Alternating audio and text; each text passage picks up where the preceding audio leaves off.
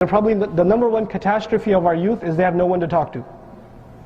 That's the number one catastrophe of our youth. Your child goes to school, let's say they go to public school, that's the majority of Muslims, they put their children in public school because they can't afford Islamic school or whatever reason, right? We don't blame them for it, that's their circumstance. So they put their children in public school. By 5th or 6th grade, your children learn some pretty filthy vocabulary in this country. I don't care what state you're from. Right? There's some pretty dirty vocabulary. They learn how to access some pretty disgusting websites. They learn how to download some pretty hideous things on their PSPs and iPod videos or iPod touches or iPhones or whatever. So they're pretty advanced, but at a very early age. Things you would never have learned until you're 25, they know when they're 12. That's the reality. That's what's going on today. So, how many parents here know what Facebook is? You guys know what Facebook is? Show of hands, please. Okay, Twitter. You know what Twitter is? It's not when your eye bugs out. It's something else. Okay, so your kids are on these social networking sites where where predators, literally predators, have access to talk to your teenage daughter or to your son, and to engage in relationships with them over the internet, and eventually they meet up with them and things happen. This is a reality of the Muslim youth today. This is happening. We shouldn't close our eyes to it, we need to open our eyes to it. And you say to yourself, nah, not my kids. No, please, wake up.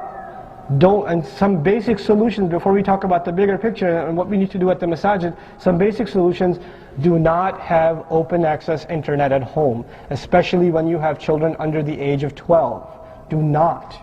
That is a horrible idea.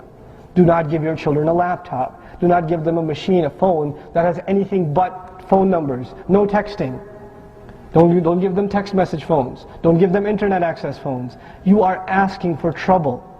You are asking for trouble. You will regret what you did later on. You think you got them these things because you love them. You are destroying them. You are destroying them. They are not smart enough to figure out, I shouldn't be doing that or I shouldn't be doing this.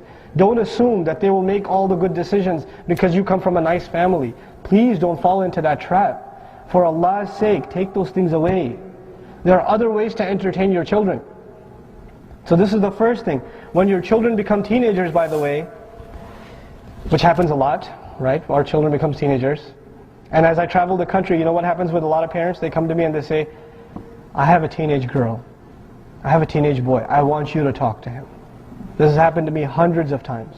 Literally hundreds of times. And you know why they come to me?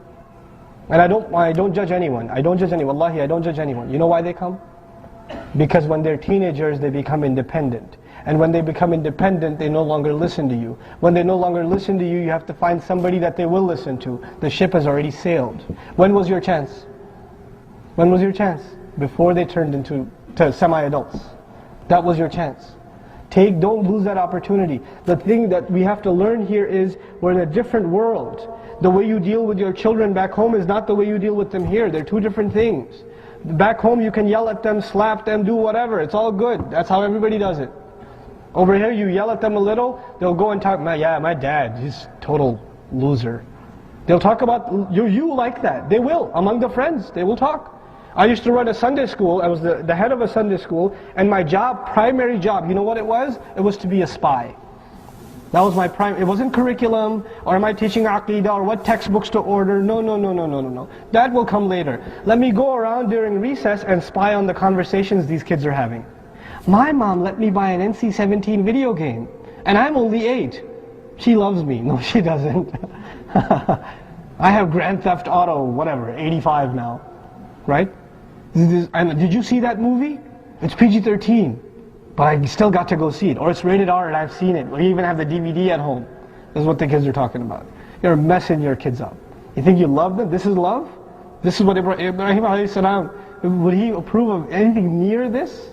Anything near this is concern for children? Wake up. Really, wake up. We've exposed our children to things. In this society, it's gone progressively worse, in media especially. So a movie that was PG-13 10 years ago is PG now. Okay, the standards have dropped. They're talking about it. It's not even me, they're talking about it. Right?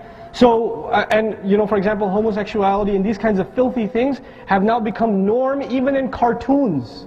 It's not Tom and Jerry anymore. Things have changed. Things have changed. We have to be aware of what's going on, what our children are watching, the kinds of language they're using, the things they find normal, the things that have just become part of life. And you know, when you come to the masjid and you see people with beards and making salah and they're talking in a certain way, do your children see more of that, or do they see the real world more? What the children see more is what they define as normal. So to your kids, in their head, this isn't normal. That's normal. And that's a problem. That's the real problem. They don't see this as normal. They see the outside world as normal. How do we change that for our children? How do we make this change happen for our children? This is really what I want to first be aware of this problem, and then let's talk about how to address this problem. What did I say the number one catastrophe for our children is? They have no one to talk to. They have no one to talk to. When your child goes to public school and sees a boy and a girl together, or some girl comes up to your boy and says, you want to go to the prom, or we're getting together at this restaurant, you want to come with me, you're kind of cute. This happens to your 5th grader. This happens to your 7th grader. Your girl, your boy, it happens to them. Are they going to come home and talk to you about it? No. Hey dad, this girl told me I'm cute. What? Is this why we brought you to America? Slap, slap, you know, the works. This child knows my parents can't handle that information. So he's got to talk to someone about it. Guess who he's going to talk to? He's going to talk to his friends. And if he's going to public school, are his friends Muslim or non-Muslim? They're non-Muslim, so when he talks to his non-Muslim friends, what kind of advice is he going to get? Muslim advice or non-Muslim advice? Non-Muslim advice. Go for it, man. That's what he's going to get. And now your children are confiding in their friends and not in you because you're too strict. You don't talk to them. You don't open that door for them. Because you're used to having that authority that your father had on you, but that was back home. This is here, man. This is different. It doesn't work like that. We have to befriend our children.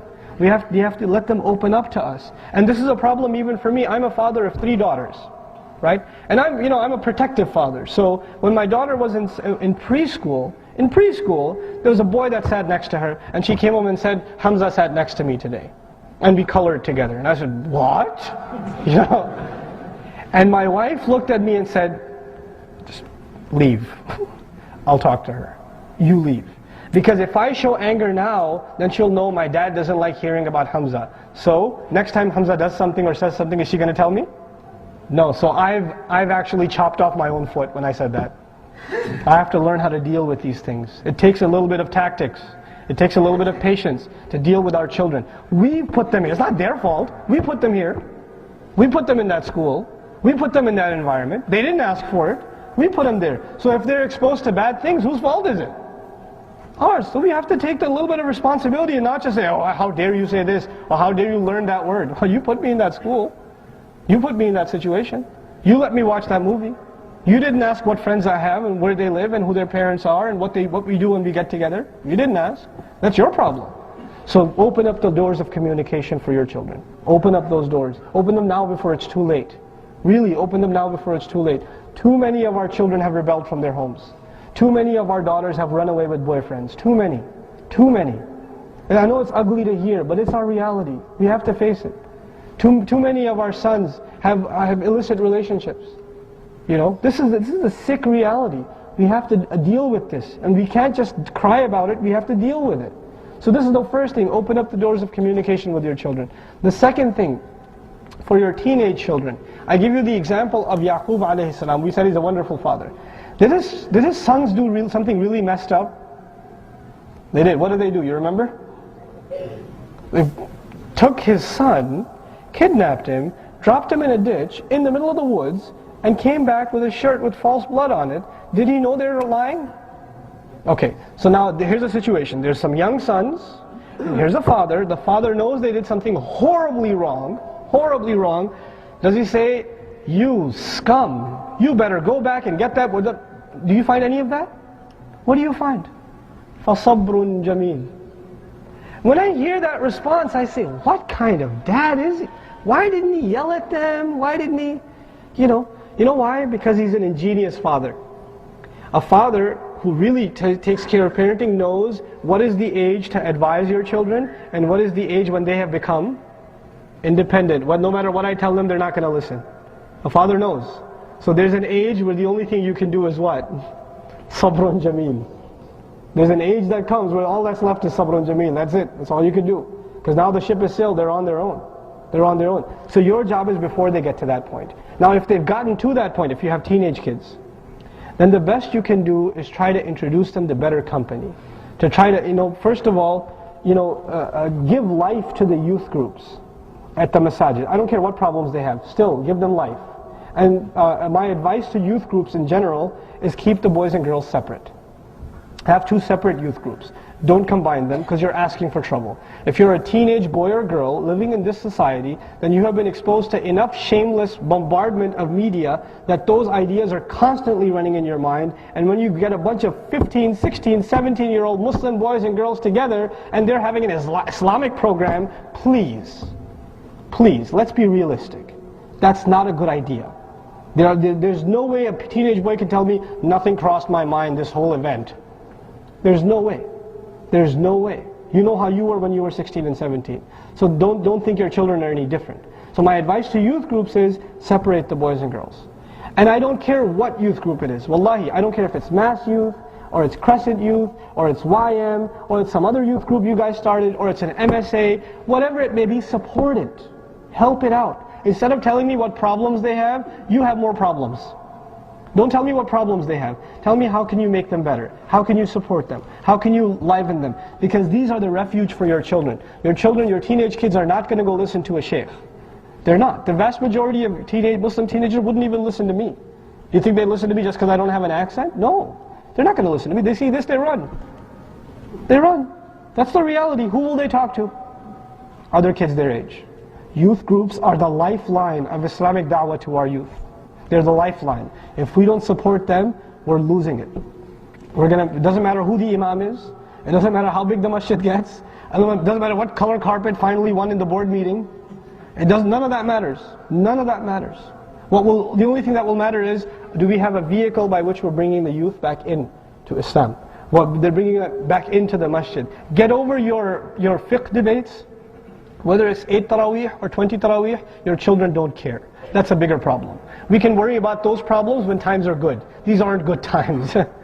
So whether Eid is Monday, Tuesday, Wednesday, Thursday, or Friday, it doesn't matter. Our children are more important. They're more important. Whether the guy's Hanafi or Shafi'i or Maliki or whatever you think he is, that's less important right now. Our children are more important right now. Let's prioritize. I was telling you in the khutbah of the churches in New York City that didn't think ahead. And what are they turned into now? They're nightclubs. Churches turned into nightclubs in the heart of New York City. One of the oldest Catholic communities in the country. And still, that's what ended up happening with them. So on the other hand, you have the masajid. I met this brother. Wallahi, when I met him, I went in a corner and I cried. I just cried.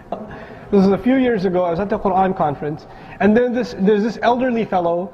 He's about 80 some years old. He and his wife, a white couple, blonde, blue eyes, really light skin. They're sitting next to each other at the Quran conference. And I'm sitting there and I was curious where they came from. So I went over and I said, how are you? He said, Assalamu alaikum. I said, wa alaikum salam. So I was already surprised. Muslims, mashallah. So we started talking to them. And they said, yeah, well, what happened was, he told me his name. I forget his name, but it was some Russian or some kind of Slavic descent. But his great-grandfather was actually a Muslim. And their family came to the United States some 150 years ago. And in 2 generations they lost Islam. Right? And then they were raised as just another Christian family. And he was doing research on his family tree. So he dug up some stuff in his attic and found out that his great-grandfather was actually a scholar of Islam. And then he started looking into Islam, and he found truth in it, and took the Shahada, reviving his great-grandfather's tradition, and his wife came to Islam too, and then they live in Massachusetts somewhere. So they decide they're going to buy a Humvee, and they're going to travel the entire country, stopping at every masjid they find. Subhanallah, and they were in Vegas at that point.